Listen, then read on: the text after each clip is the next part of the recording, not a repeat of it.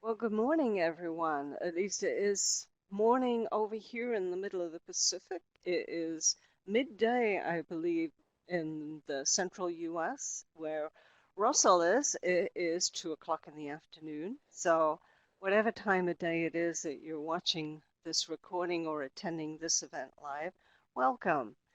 We do hope that everyone is keeping safe, being well, and hopefully, one day we will all return to some kind of normalcy. Today's session is very apt. This is how do we manage the volume of data that we collect in our environmental monitoring. We're going to be looking at the SampleServe platform.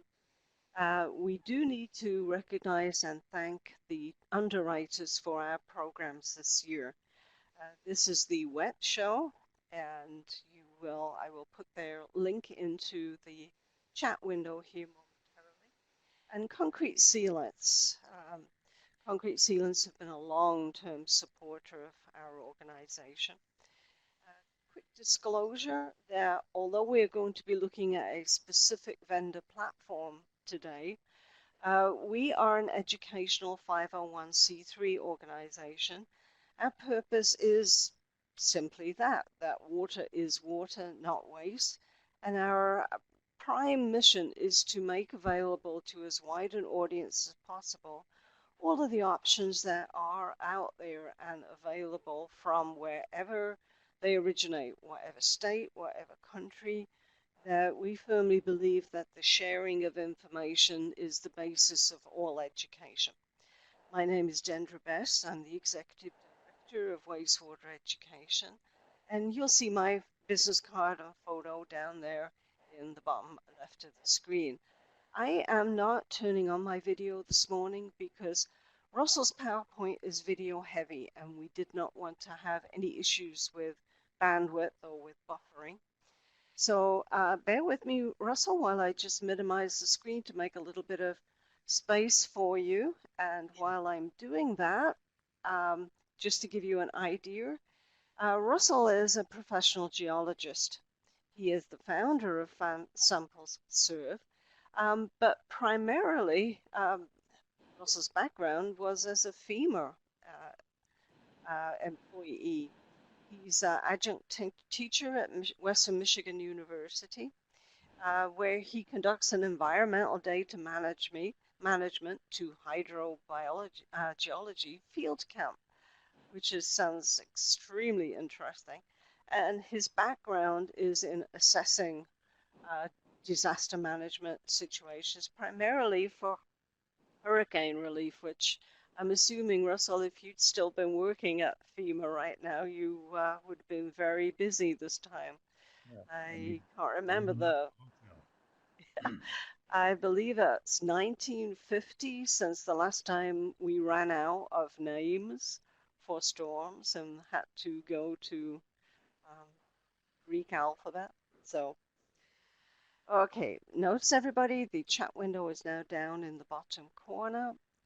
We are going to put Russell's picture away and move him over. Russell, if you would like to introduce yourself and start loading your PowerPoint. sure. I'm just going to share my screen here now. You should be able to see that. I'm just going to start the slideshow here. Can you see that? Yes, we can. Yeah, we Great. can. And just to remind everybody that if you need to see the slideshow in full screen, just toggle that switch in the top right corner of the slide screen and it will come full screen for you. I'm going to turn my microphone off, audio, Russell, just in case we have any feedback issues, Sure. but let me know if you need any assistance. Take it away. Great. Okay, well, thank you, everybody. As Dendra mentioned, my name is Russell Schindler. I'm the founder and CEO of SampleServe. I'm a geologist as well. And we started out as a sampling company. We actually went out and were, sampling groundwater, surface water, all kinds of different types of water. And we were doing it all on paper. And basically over the years, we just started building technology to kind of manage that data, collect samples. And what I'm about to show you is kind of the result of that years of development and just literally experiencing the problems firsthand. So I'm not a software programmer that, somebody told me about these problems. I'm the guy that was doing the work, experiencing the problems firsthand, and I basically just hired programmers to help solve the problem. So it's a little bit different approach than a lot of software development. So, um, so our platform basically consists of one central database and 4 different groups of people or types of people that work in concert to manage a project. First of all, you're going to develop a work scope for a sampling project. We've got a work scope functionality. It's mostly web-based, and that work scope is then developed and pushed out to the mobile field app. The mobile field app actually has all your sample information, what you're going to sample, where you're going to sample, takes pictures, and actually then prints sample bottle labels in the field. I'm going to go in more depth on all this here in a second. Prints those labels in the field. You can then put those labels on a bottle. Then we have a second app, a mobile app, that is designed for laboratories, and the labs can then use the lab app to actually read the sample bottle labels. So they don't have to type data in anymore. The field app prints the labels, collects all the information. You then ship, we've got a digital chain of custody, ship that to the lab. And when the lab's done, they can push the data back to the cloud. And then we can generate, because we know all the information about the sampling, we can generate those reports in just a matter of seconds. So it's pretty handy little software. So here's just a quick little video of our project management tool. Again, there's 4 parts of the platform. I'm going to go in a little more depth. This part of the platform, the project management tool, you're actually connected to the laboratory. The lab actually populates their own menu. You pick the samples you want to, what you're going to test for. You upload all your sample locations. If you've got monthly sampling, quarterly sampling, you can actually just replicate those. If you got 12 monthly samplings you want to do, you can just replicate those right away, and they'll replicate real quickly. Go to my next page.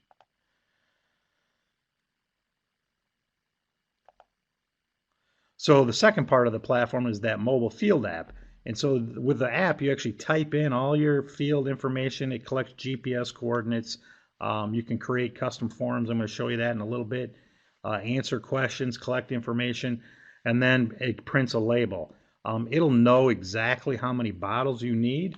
If you're doing VOC and your laboratory requires 3 VOC bottles per sample, it'll print out 3 labels. So because it's connected to the lab, and the lab's the one who determines how many bottles and of what size and what type, all that information is just pushed right to the mobile app, and it prints out the appropriate number of bottles, all labeled properly.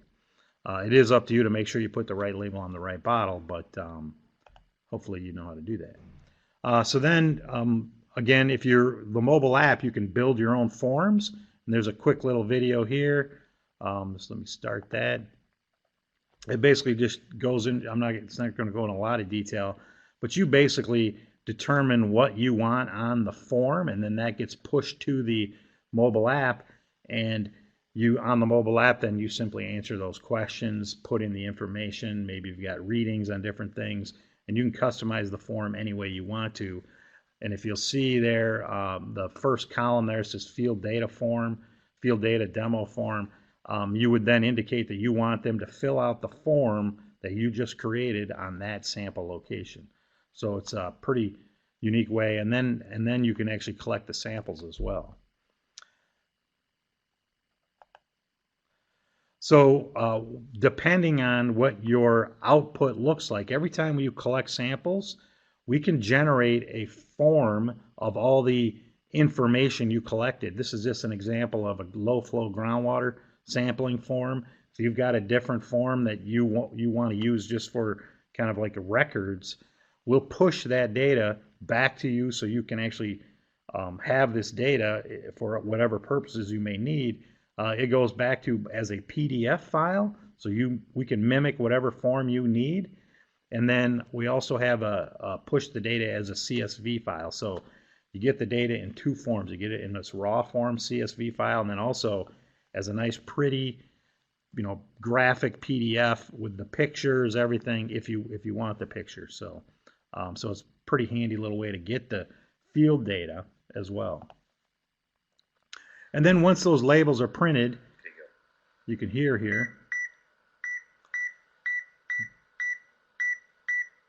All bottles are scanned. The lab app can actually log samples in and push that data to the lab's LIMS system in a matter of seconds. So all those samples go to the cloud as a digital chain of custody, which I'm going to explain here in a little bit. Those go to the lab. The lab actually can scan they pull down the digital chain of custody using the mobile lab app, which is a separate app. They can pull that down and they can then scan that information, and it creates a digital file, and there's other functionality which I'm going to go into, and they can then push that into their LIMS system. So we create what's called a JSON file. It's very similar to a CSV file, and we push it into the LIMS system. There is a little bit of API building integration that we need to do with the laboratory, but it's actually pretty simple, and the time and saved in terms of having to enter the data, type it in manually, and the reduction in typing errors and data entry errors is substantial. So it's definitely worth the time. Then when the lab is done, they can push the data back to us real simply. There's numerous ways they can upload the data back. Simplest ways is just email it back to us in a proper format. If it's formatted properly, and we can modify our input to match the lab's output. If it's formatted properly with a simple email, we can automatically upload it back to the cloud and then generate all kinds of reports. And again, the reports are, we've got a whole series depending on what type of media you're sampling. This is an example of groundwater reports that we can generate quickly, but there's other kinds of media, wastewater reports, drinking water reports. Cannabis, as a matter of fact, is another big media that's becoming very popular. So here's how our digital chain of custody works. Whenever you collect a sample, we authenticate the user in three ways. First is your username and password, right? You're not supposed to give away your username or password. The second way is you're going to sign your name on the device. And then the third is you're going to take a selfie. Every time you collect a sample, you're going to go through this three-part authentication. And we also collect two other verification factors. We get a date and time stamp and a GPS location. So we have 5 points of authentication on every sample collected. And then we also do the same thing on every transfer of custody. So if I'm transferring custody, I've got 1, 10, 20 samples, whatever. I select the ones I'm transferring custody. I'm going to relinquish custody. I then select who I'm going to send it to, or who's going to take custody off of a list. They'll get a notification, or they can do it on the same device. And what they do is they log in, username and password, signature, selfie. We collect a date and time stamp and a GPS coordinate. And so we've got 5 points of authentication on the person who relinquished custody, and then the same 5 points on the person who accepted custody. And obviously they need to be in close proximity and time proximity to be a proper custody transfer. But then now everyone involved in the project who's got access to this particular project is going to know who's now got custody of the samples. So it's very simple, very efficient, and totally paperless. And better than paper chain of custody because there's no question about who, the where, and the when. We know for certain the who, the where, and the when of every sample and every transfer of custody. And then we can push the digital chain of custody in numerous ways. Again, that information goes as a PDF. Our PDF chain of custody looks like every other chain of custody you've ever seen. It's got all the information, billing information, all that stuff if you need that. Sample times, bottles, all that. And then we have a 2-page chain of custody. So everything is normal on the first page. We commonly call this like the laboratory instructions portion. And then the next part is the actual chain of custody, who had it when. So you can see at the top part up here, Jake Cadle had all those samples collected. And then you can see that right below that, Jake gave them to me, and then I took them to the lab. The second half of the form is the samples that I collected personally, and then I took mine directly to the lab. And so it's very clear about who collected samples, where they were, and who took them to the lab. So our lab app has actually got some interesting features in that the lab has a web portion of the media, and it also has a mobile app portion. And we allow you to define your test definitions in here. So the lab will sign up for an account. They can log in, define their test definitions. And then they also have a checklist. Most labs have like a paper checklist that they go through right now. When samples come in a cooler, they'll go through a paper checklist. Well, ours is actually on the mobile app, and you can define your checklist by media. You can define it by different labs if you've got different offices. So it's very intuitive, and then very simple to use as well. So you also, here's a quick video of being able to select your menu. We'll populate your account with a kind of a generic list of samples. I think you'll find that 90% of them are going to be what you probably do right now in your own laboratory. But you can go through and go, oh, you know what, we actually use a 150 ml bottle for this rather than a 100 ml bottle. So you can go in there, customize it, add tests that aren't on the list or delete tests that are on the list. And so it's your custom list, how many bottles you have per test, very simple. And then that information is populated to the project management tool when your lab is selected and you're picking parameters that your field people are going to be testing for. And so the lab, again, here's another way you can build your own checklist. You pick the media you want, pick laboratories, so you can have different media. You're going to have a different checklist for soil than you will for water or you will for waste. So you can custom build your own checklist. You can add things, move them around, and then on the app, those questions will appear as your checklist for each batch of samples that come in the door. So here's a video shot of what the lab app looks like. Here's the digital chain of custody acceptance form. When a lab comes in, you're actually going to accept the custody, and then the chain will pull up and you'll see all the samples populate automatically. And here's the checklist. Is an example of the checklist. You would actually, on the mobile lab app, you would actually pull that up, and then you can see down at the bottom here that something popped up there that made it not show, but at the bottom there's a green checklist on 4 different functions that the lab app has. It's the receiving the chain of custody, it's the completing the checklist, and it's scanning in all the bottles. So you'll see that here on the next slide. So you can see down at the bottom, this is going to be actually scanning in all the bottles. You can do it manually, or you can do it using the scan functionality. You can determine whether or not there's a missing bottle or a broken bottle just by checking the individual. If you look at it and there's a bottle missing, you just mark it as missing. If it's missing, it'll show up as yellow, and if it's broken, it'll show up as red. So when you're done, you're going to actually then go through and just mark it as complete, and then you're going to take that data file and transfer that as both as a PDF and as a JSON file.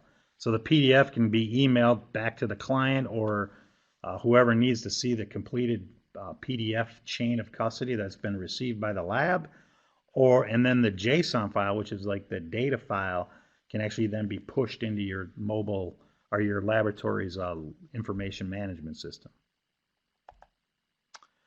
So again, the PDF file is generated right at that point. It'll show that it's been received by the laboratory. You can see over here, this is showing that these samples were collected. I took them to the lab, and I have an alter ego in both the field app and the lab app, so I received them using the lab app and then generated them over here. But it's real simple, so that'll be saved wherever you save copies of your chain of custody, and then This will also, again, push that data to your LIMS system as a JSON file, a digital file with the raw data. There's an example of what a JSON file looks like. It's a little bit different than a CSV file, but it basically accomplishes the same thing. Most data imports of laboratory type systems will accept a JSON file. And then when the lab is done and you want to do reporting now, laboratories typically just do a digital report, an Excel file, various forms. A lot of labs can pump out 100 different types of digital files, but all they need to do is send in, they can just email this digital file, this CSV file, in one of many formats we've already accept, a Equus form, a EIM, and other types of CSV files. We just need an example of what your data export is going to look like, and then we can map our import to match your export. Obviously, if you change your export, we need to know ahead of time so that we can remap them. But they just simply need to email the data to labdataupload@sampleserve.com, and then that data will automatically be imported into the proper project and project, and automatically be populated within a matter of seconds. So very fast turnaround time on lab data.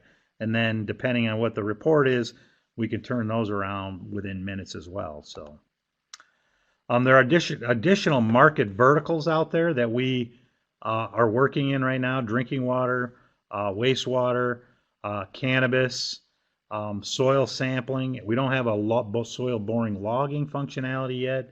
We do have a beta version of COVID-19 testing. So we don't really care what you put in a bottle. So that's really the thing, is like when you collect a sample, we don't really care what it is. We're just taking the data, tracking it to the lab, letting the lab accept that data, accept that sample, and then turning around and reporting back the data. And then we can mock up any type of output you need, report output that you need. You just give us an example of what you want it to look for, what data goes where, and then we can create those reports and generate them in a matter of seconds. We've actually already had several conversations with forensic type people. We had a conversation with an arson investigator just the other day who was looking at using our platform for arson investigations, because when they collect a sample, they're able to take photographs, take other types of measurements, answer questions, collect that sample, put a label on it, and then track it with certainty. And that's the key here, is that, especially in a criminal investigation, chain of custody, any type of legal situation, chain of custody is incredibly important. And so our chain of custody is actually better and more secure and less tamper proof, or more tamper proof than paper is. So these are other verticals that we can operate in. So that's the PowerPoint. Let me just real quickly switch to our website. So if you go to our website, you will be able to just sign up for an account. One of the common questions we get is pricing. So if you go to our account down here, we actually give away the mobile app for free. So this app is free. And the lab app is free. So if you're a laboratory, we give that away for free. If you do need support in building your API to have our data integrate, we charge by the hour for that. But otherwise, it's, we don't charge for the service. And what we do charge for is the reporting, right? So that's what we're betting on, is you're going to use our app, you're going to like it, and then you're going to decide, you know what, I want to use your reporting because it's very simple. So we basically just charge for the report output. Pricing's located at the bottom of the page, right down here, if you're interested in that. We do give volume discounts. And then if you want to sign up, you're just going to come right here and click the sign in, or I'm sorry, I clicked the wrong button. You're going to click the sign up button, and then it's just going to, I'm already logged in, so it's going to recognize me, but it's going to ask you a bunch of questions, and you're just going to go in there and sign up for your project. And then in terms of how to learn to use the system, we actually have a whole series of videos right here on the main page, how to get started, how to set up your project, how to work the mobile field app, post sampling. So they're all grouped by general category. And then if you click into, if you want to learn the mobile app, you're going to click into here, and then there's a bunch of different videos, how to take photos of a sample location, that it pops up. Most of the videos are between 1 minute and 3 minutes long. So all you need to do is just log in. If you're stuck on just one little thing, go find your topic and just watch a 1 to 3 minute long video. It's very efficient. You don't need to sit through, a 30-minute video just to find the one thing that you're looking for. And then you can also just schedule a demonstration. If you're interested in doing like a training session or something like that, we're more than happy to do them. I do them literally several times a day. We've got other people that do them as well. I'm happy to do it because it'll mean that you're going to know how to use our product better and be more likely to continue to use it and convert into a paying customer. So I love doing demos, and I'll do them anytime. So if you just click on schedule a demo, and then just if you're a lab, you're going to pick a lab demo. That way it goes. We do that so that it channels to different people who've got different levels of expertise. If you're more interested in the project management and the field app, click that one. And then we'll do a demo. Most of the demos are like 30 minutes, maybe 45 minutes. We try and do them as quick as possible. Obviously, just we want to be cognizant of your time and everything. But very simple, very between a training demo and the how-to videos, we're finding that most people can become very proficient in the whole platform in roughly an hour to an hour and a half. So that's one of the nice things about our platform that we hear from our customers, is that it's actually very simple to use, and people are happy that they converted. We had one customer who recently wrote us a testimonial and stated that they are saving 60% over their sampling and reporting costs versus what they were paying before. So a 60% savings, which is a pretty substantial, which then led me to think that maybe I should charge them more, but we'll worry about that later. So does anybody have any questions? Funnily enough, Russell, that was one of the questions that came in via text, is can you quantify the return on investment versus the cost of operating the platform? Yeah, so there really is no upfront cost to sign up other than just your investment of your time. So we don't ask for any money upfront. You will need a tablet, a mobile tablet. We are Android only right now. And we've designed the field app to be a tablet application.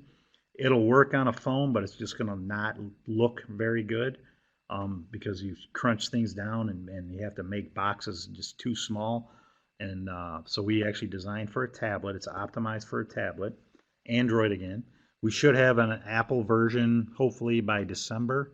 No promises on that, but so far, and one of the reasons we went with Android is an Android tablet is $200. This one right here is about $210, I think, is what we paid. The case was a little extra, and then you'll also need a printer, a thermal label printer. I've got some printer labels here. Our labels are unique in that they are. I don't know is my camera still going? I can't see myself. Yes. Okay. Yes, it is. So yeah. Our labels are unique in that they're three-part. The QR codes on the bottom peel off separately. The text part is designed to go on the bottom or the side of the bottle, and then one of those QR codes is designed to go on the lid of the bottle. And you can actually leave the second QR code anywhere you want to. Some people are leaving it at the sample location, and that allows you to come back to that sample location, scan that QR code, and you actually pull up the results if you want to. In the cannabis industry, they leave it on the container or the bag that they took the sample out of. They leave that second QR code on there, and they can come back and scan that QR code and actually pull up the results of the sample that came out of that bag. So a lot of functionality in that second QR code. asbestos as well. Same thing if you're doing asbestos sampling. Leave that second QR code, very inconspicuous little QR code stuck somewhere. When you want to come back, you can just scan that and you'll know who took the sample and what the results are. So that was one of the other questions that came in via text was, when do you think there will be an iPad version? yeah, probably we're shooting for December. But this year, we are actually shooting for May, right? But this year of COVID has really messed up our schedules. So, um, until the COVID thing's done, it's really hard to do predictions in terms of getting things developed. But we're about halfway done with the Apple version, and so you know, if things kind of go right, we should be able to get it done by the end of the year. So I'm just dragging over here Russell's contact information, and that includes his contact and also the SampleServe web address, which you made a note of while we were doing that. Yeah, I just stopped sharing my screen, so. Oh. Are there any questions? If you have a microphone and you would like to ask them in person, we do have some time left here for conversation. And use the little man with a hand symbol in the top there. If you would like me to give you a microphone and join the conversation, do let me know. Okay, while people are thinking about that, one other question that came in, the person was particularly interested in the development of a forensic application on this. And do you foresee the time when we can, I said, yeah, we do a lot of environmental contamination investigation, particularly plume mapping of trying to determine the origin of the source. Would this application work for us? Yes, as a matter of fact, that is really kind of how we started in the business. I've got several patents in groundwater cleanup technologies and 2 patents on this digital chain of custody. But my background, environmentally is primarily in groundwater investigations. And SampleServe actually started out as a sampling company. So we were out in the field collecting samples, and we built the software in the beginning for our own purposes. Literally, I tell people I'm lazy, and I'm really not lazy. I work my butt off, but I do like to be efficient. And so I knew that it was inefficient to write things down on a piece of paper and then come back to the office and have to type them back in again. And so we started developing mobile technology, right, so that we can actually just record the information. And when you collect a sample, the nice thing about using a mobile app is when you collect that sample, it records a GPS, right, of where you're at. And you can actually edit it because GPSs aren't perfect, but there's actually a little plug-in you can put into your device that'll increase your accuracy of your GPS down to a couple centimeters. So these are good probably within 5 feet, but again, you can edit it if you need to. If you've got real survey data, you can edit it over the top of the device's GPS. And then you can get the plug-in to make it more accurate as well. And so now that's really the whole point of, what we're doing is being able to go out there, get the data, have all the information that you normally would collect in the field, and then you're going to be able to instantly map that data, right? So depending on what you want to do, you're not just completely tied to that. We'll actually be able to generate an image right on Google Earth. So we use actually a software very similar to Google Earth called Mapbox. And so because we know the GPS of every sample collected, the data is going to map right on a Google Earth type image if you want to. So I'm pulling one up right here, and I'll be able to show you the screen here in a second. So here's a kind of example of what it looks like on the screen. You can see there's a map here on this side. You can actually move that around just by drag and drop. You can zoom in and out if you want. And then here's a list of all the samples you're going to collect right there. And if you wanted to collect a sample, you literally just tap on the one you want. It goes to a screen, and then you can start taking photos. You can see this is a demo project. So I took some pictures of coffee mugs and whatever. But you can also get a map. I just was on a project about a week and a half ago where they had probably 65, 70 sample locations in a big field. You couldn't really see them, but with using this little functionality, the one well you're looking for shows up right there. You tap this little button down there, it shows where you're at, and then you can literally walk right to your sample location. In this field, the grass was, a 1.5 feet tall, so it was really hard to see where they were unless you were standing right on top of them. Very similar to looking for a golf ball in the rough. And so it made it really simple to find your sample location without having to spend a ton of time looking for it. So that's one functionality people love. There's a bunch of other nice things. If you do low flow sampling by chance, if you're out there doing low flow sampling, we have a low flow functionality. It'll calculate all your stuff for you. I showed you an example of what that form looks like as a PDF a little while ago. And so, but then once you're done with a sample, it'll list them, show you which ones are completed, which ones aren't. This example project that we were doing a couple weeks ago, I mentioned 60 some wells in the field. They actually had 2 people out in the field, and they had their devices connected to the hotspot.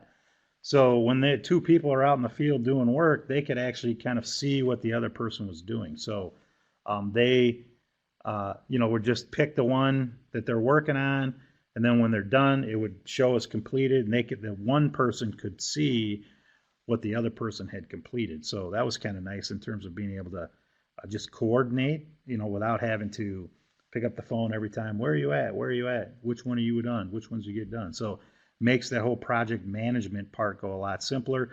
And the project manager sitting back in the office could actually see what was going on as well. So it was just, the communication amongst coworkers is just improved dramatically. And, it just makes things go a lot faster. We've been told by several people that it makes your field people about 20% more efficient, and we've found that as well.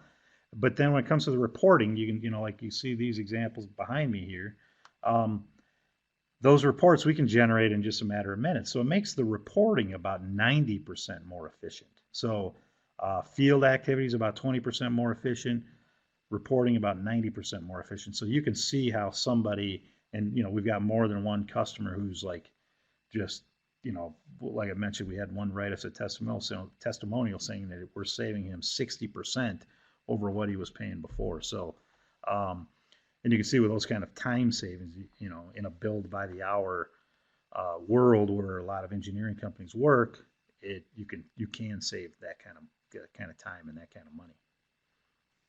A follow-up to that pollution mapping question was, is it possible to integrate these reports and the data gathering with web soil survey?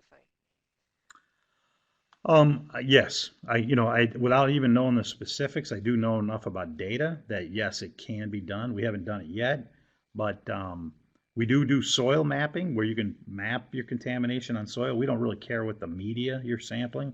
Could be asbestos, could be air, could be, forensics. So we can map anything because we know where it came from. But in terms of integrating with other software platforms, that's kind of what we're really gearing towards, is kind of making ours like agnostic. We're not tied to one data form or data system where we can actually just integrate very seamlessly with other systems. So that's literally how that was our theory from the ground up once we started, is to be able to just integrate simply. And one last question, and the person says, this might sound like a silly question, but is the labels waterproof? Yeah, they're actually vinyl paper, so it's like a vinyl label, and the image is actually burned onto it. So it's called a thermal label printer. And so I've actually taken samples in a cooler with water, and not real samples, just fake samples, just to kind of see how long they would last. And I've had them in my car rolling around for a couple of weeks, which I'd never recommend you actually do with real samples. But the labels look just as good as the day they went on. So it's a really good glue. Because you do put one on the lid, that we made sure that the glue here is like non-VOC containing, in case you're putting them on the lid of a VOC, VOA, a 40 mil VOA.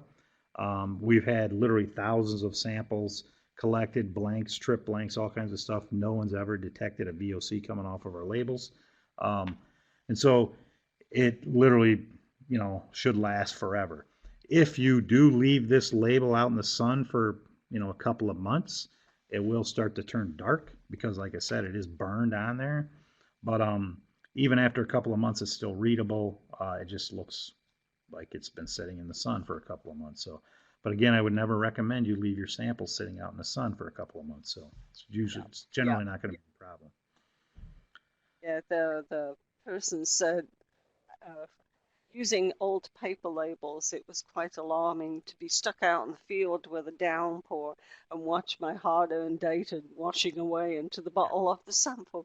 So, been there, done that. yes, Many times. yes. Okay, ladies and gentlemen, we are coming to the end of the presentation. This is your last opportunity to ask questions in person. And while you're thinking about that, just follow up. A thank you again to our sponsors, the Water and Wastewater Equipment Transport and Trading. I always get that wrong. The WET show.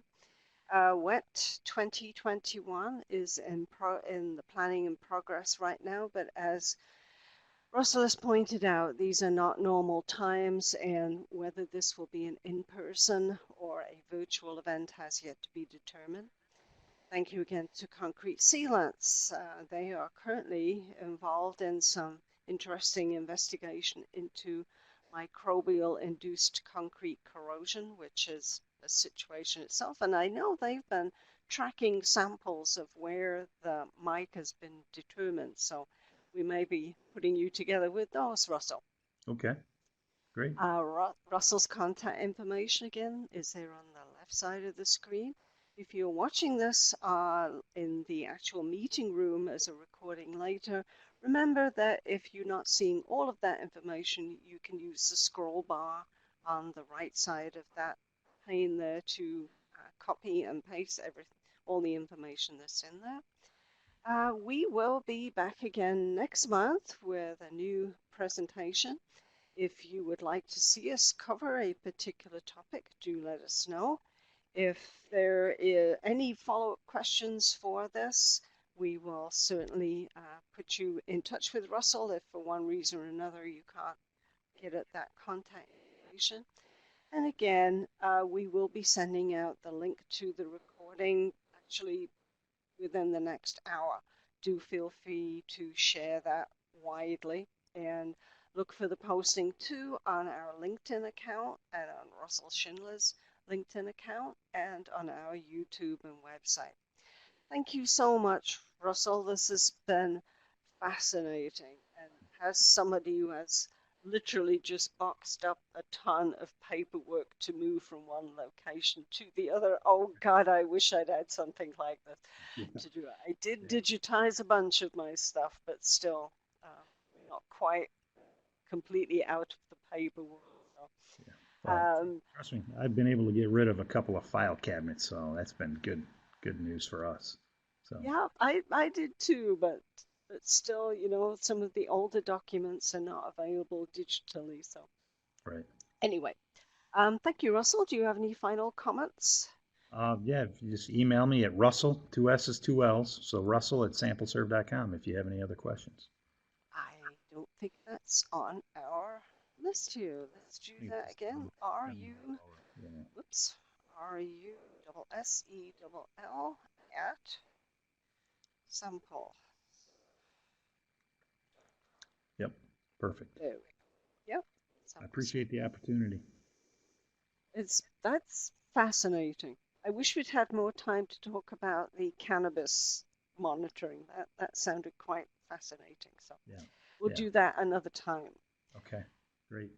Thank you, everybody. I'm going to stop the recording now, and we will see you again later. Okay.